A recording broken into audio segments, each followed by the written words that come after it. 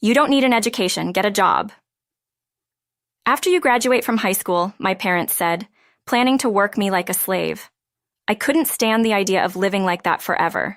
I'm going to get away from them no matter what. Little did I know my actions at that time would drastically change my life. My name is Fiona, and I'm 40 years old. I live and work at a hotel owned by my Uncle Henry. I'm not a part-timer, though. I'm the front office manager. It's been over 20 years since I first came to this hotel, all because of an event I would rather forget. Today, I want to share that story with you. I was born in a very ordinary rural town. My dad was a regular office worker, and my mom was a housewife. We were just a normal family like any other, with a fair share of love and care. But my life changed when my brother, 10 years younger, was born. Finally, a boy. Now our future is secure, my parents rejoiced. Dad's family home was just an ordinary house, not involved in any special business. In the countryside, boys were still favored. Girls, well, you invest in them, but they eventually leave home, they said. But a boy stays and brings home a hard-working wife. It didn't take long for them to start neglecting me. Of course, I was happy to have a little brother. Being 10 years older, maternal instincts kicked in, and I wanted to take care of him. But my parents warned, don't you dare get too close to him. Who knows what you might do to our precious boy? They would leave cheerfully, leaving me behind. Daniel, as they named him, was adored by my parents much more than they ever cared for me. Let's get dressed, Daniel, and go out today. We'll buy you anything you want, they would say, leaving me behind with chores. Fiona, you stay and do the chores. Clean, do laundry, and prepare dinner. You're not as endearing as Daniel, with those words left hanging. I was desperate to be liked by my parents. I made sure to follow their orders and behave in a way that wouldn't upset them. But a certain truth came to light. My parents' affection never returned to me. Daniel desired games, clothes, and toys without limit, and my parents indulged him endlessly. Then a certain truth came to light. Daniel is really smart, you know, like a gifted child, they discovered. Gifted, meaning born with high intelligence and exceptional abilities, according to Mom. A medical checkup revealed his IQ was higher than kids his age. He is a genius. We have always suspected it from his birth, they boasted. Indeed, you are our true child. We look forward to your future. My parents became even more doting towards Daniel. Their pampering of Daniel intensified, taking him on trips to stimulate his curiosity and spending lavishly on his education. The amount of money spent on Daniel was more than a regular salaried family could afford. The expenses strained our finances, and our household quickly fell into poverty. In their desperation to provide him with the best learning environment, my parents borrowed heavily from relatives and friends, and as I was graduating high school, the worst was thrust upon me. You don't need an education, do you? Once you're done with high school, start working and bringing money. I had never imagined that I would be denied college to fund Daniel's education. I want to go to college and study. However, my parents were furious at my words. Our family isn't wealthy enough to waste money on someone useless like you. Your grades aren't even that great, so don't be selfish, they said. That's right. Investing in Daniel is obviously a much better choice than wasting money on you. Still, I pleaded desperately with my parents. But their words were final. We have no use for someone who doesn't contribute. Our pride is all we need. With that, my spirit was crushed. An unwanted child that day, I cried bitterly, cursing my unjust fate amidst my tears. I remember the hotel run by Uncle Henry, a place we often visited before Daniel was born. I was happy and loved by my parents back then. With those memories, I found myself heading towards Henry's hotel. Fiona, is that you? What happened? Henry and Jennifer, cleaning the front entrance, rushed over as they noticed me. Overwhelmed with relief and shame, I broke down in tears. They patiently listened to my story. After I poured out everything, Henry said, "Is that so? You have had it rough, Fiona. Why don't you work here?" "Oh, what? We're always short-staffed. If you don't want to be at home, you can work here."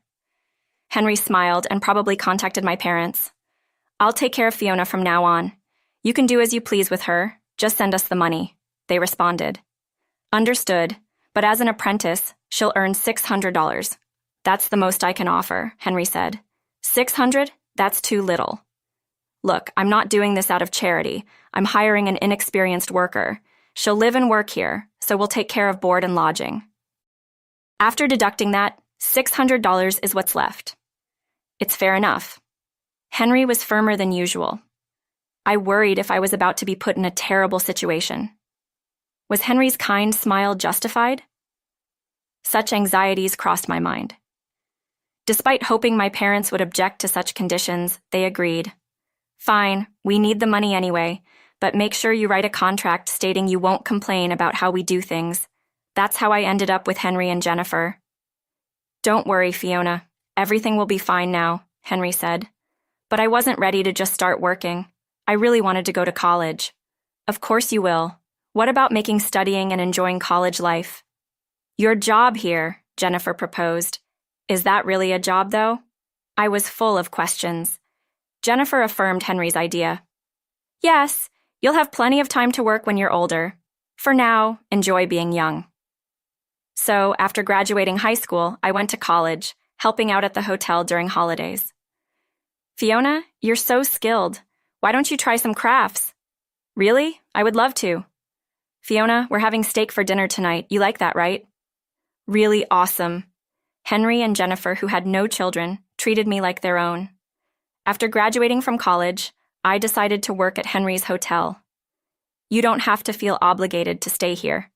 There are other places you could work. No, I love this hotel. I want to work here and learn more than I could at any outside company. Henry and Jennifer were moved to tears by my words.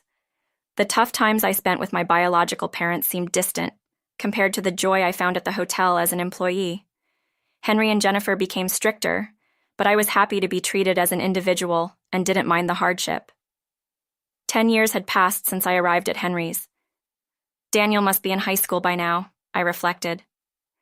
10 years ago, denied college and funding, refugee here while reminiscing, I continued cleaning the guest rooms. Then, "Hey, what's going on here?" That was a familiar voice. I turned towards the voice and saw my parents, whom I hadn't seen in a long time. "Where's the money? This month's payment hasn't been made. What's the meaning of this? Where is she? She's supposed to be working properly, right?" They demanded of Henry and Jennifer. "Come inside," Henry said with an unusually stern face, while Jennifer looked at my parents with cold eyes. The 5 of us, including my parents, Henry, Jennifer, and myself, sat down to talk. Dee was the first to speak. "What's this about? Fiona's salary should be sent monthly. Why hasn't it been done this month? We need that money. Daniel is going to college next month. How are we supposed to pay for it without that money?" "Be worried. Is Daniel going to a private university?"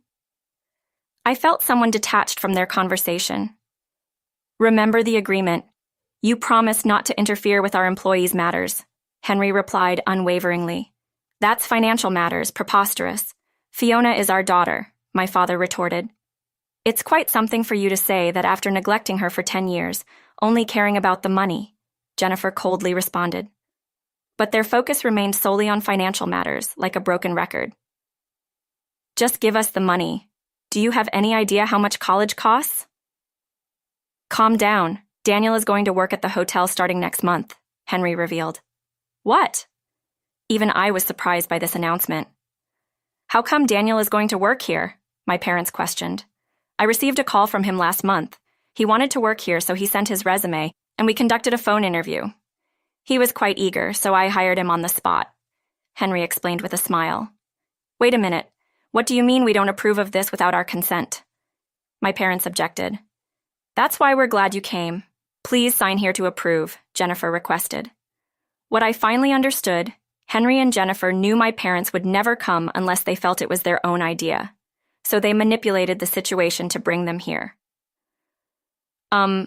Originally, the money sent to you was at Fiona's request to ensure Daniel didn't live in hardship. But now that Daniel is willing to work, there's no need to send money anymore. That's why we stopped the payments," Henry stated. Of course, I had no knowledge of this, as I had left all matters of sending money to my parents to Henry and Jennifer. "I won't accept this. Daniel is exceptional. He's not like those who are useless without a college degree," Dad exclaimed, pointing at me. "Not attending college? What are you talking about? Fiona graduated from a state university," Mom said. "A state university? When did you? I have already graduated and I'm working at this hotel. What? I spoke to my parents for the first time in nearly a decade. And then, another guest entered the scene. I'm living here from today, Daniel declared in his hotel uniform, speaking curtly. Daniel. Mom covered her face in disbelief. Daniel, looking good. Is the uniform fitting well? It's fine. I look forward to working with you, Daniel replied, bowing to Jennifer. Mom tearfully confronted him.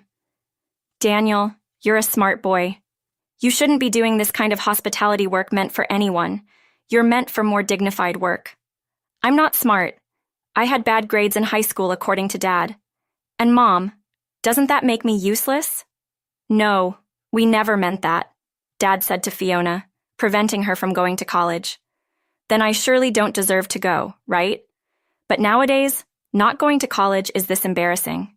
Then as parents, you embarrassed your own daughter by doing exactly that. How does that reflect on you? We thought you had talent and invested heavily in you. That was never my request. Each word from my parents boomeranged back to them by Daniel's quick wit. He's too quick, I thought, more adept than a seasoned comedian as my parents were left speechless. Henry added, You see, the kids have grown up far beyond what you think. But then, what were our 18 years of raising him for? How much we have done for him? Daniel retorted sharply. The same could be said for Fiona, how much she suffered due to your selfishness. Bravo, Daniel ended. I was grateful to Daniel for voicing everything I wanted to say. I couldn't have articulated it as smoothly. I'm leaving home. If you don't sign the approval, I'll expose all you've done to Fiona, to the entire neighborhood. Rumors spread fast in the countryside, and I doubt you would want that. The countryside is indeed unforgiving, where everyone knows each other, and rumors spread like wildfire. Bad rumors spread especially fast in the countryside. It's a common occurrence there, and those rumors can turn into calamities for those involved. They knew this well, living in the rural area. Let's not make more noise than necessary. Please leave, Jennifer said, with a smile that held no warmth, essentially showing them to the door. I stood protectively in front of Daniel, ready to shield him. From now on, please leave your child to us, like Jennifer. I mastered my best smile to see them off. Unbeknownst to our parents, I have been occasionally meeting and talking with Daniel since I left home. Sneaking around to see him without our parents knowing was quite a challenge. However, I was worried about my younger brother growing up under our abnormal parents. As he became older, Daniel began to realize the abnormality of our home environment. We had built a sibling bond in secret, away from our parents. That was quite the comeback, Daniel. Well done, I said to him with a smile. And Daniel replied, That was all a script from Henry. I just followed it with a bit of improvisation. Maybe you're cut out for acting, I suggested, and he left. Are you really going to work here instead of going to college? Well, I'm not good at studying and my grades were poor, so I decided to work here. Do you have something you really want to do? What do you want, Daniel? I want to become a chef. That's why I asked Henry to hire me, to learn cooking here. Ah, that makes sense. If cooking was your only interest, I knew a culinary school about 50 miles from here. Do you want to go? But school is expensive. I don't have the money. Don't worry, leave it to me. I pulled out my mobile phone and showed Daniel my bank statement. Where did you get all this money? That's what I have saved over the last 10 years.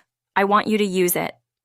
I had been saving a little from my part-time jobs and hotel salary since college, anticipating a day like this might come. Let me do something sly for once, as I smiled and tapped my chest. Daniel quietly shed tears. Daniel passed the entrance exam and was admitted to the culinary school, living in a dormitory as it was too far from the hotel. After graduating, we traveled around tasting dishes at various restaurants, and now he's the chef and owner of a restaurant specializing in creative cuisine. He's truly the capable Daniel I knew, not just in cooking but also expanding his horizons in business management and consulting. He seems to be enjoying the challenging work every day, occasionally returning to the hotel to discuss cooking and new business strategies with Henry and Jennifer. One day, I would like to come back to this hotel after getting more experience, he says. Since then, my parents, shamed by their children's departure and exposed by neighborhood gossip, have fled their home. Who liked since then the information that the house is toxic? It's best to stay away. To do such a thing as selling their children, it's just awful. I don't want anything to do with them. The house is considered toxic, and they have become isolated, now living quietly somewhere else. Occasionally, they contact Henry and Jennifer, longing to hear from or see their children. You don't have children. We're taking care of them. No. But they firmly rejected. As for me, I'm still working hard every day as the front office manager. Recently, Henry and Jennifer made me an offer. How about taking over the hotel eventually? We know it's a demanding job, but we believe Fiona can handle it. Hotel manager Jennifer had aged considerably, and it's clear they both want to retire and enjoy the rest of their lives. I understand. I'll do my best to repay your kindness, I replied without hesitation. I'll need to be calm and composed considering I'll be the hotel manager one day. It's been a tiring life, but now I find each day fulfilling. I used to live so carefully not to upset my parents, but now here I am instructing employees to greet customers with a loud and cheerful voice. That's what I'm doing now. Life is really unpredictable. Whenever I see you, Fiona, you're always so beautiful and energetic. What's your secret? Customers sometimes ask this. I always respond. Perhaps it's living each day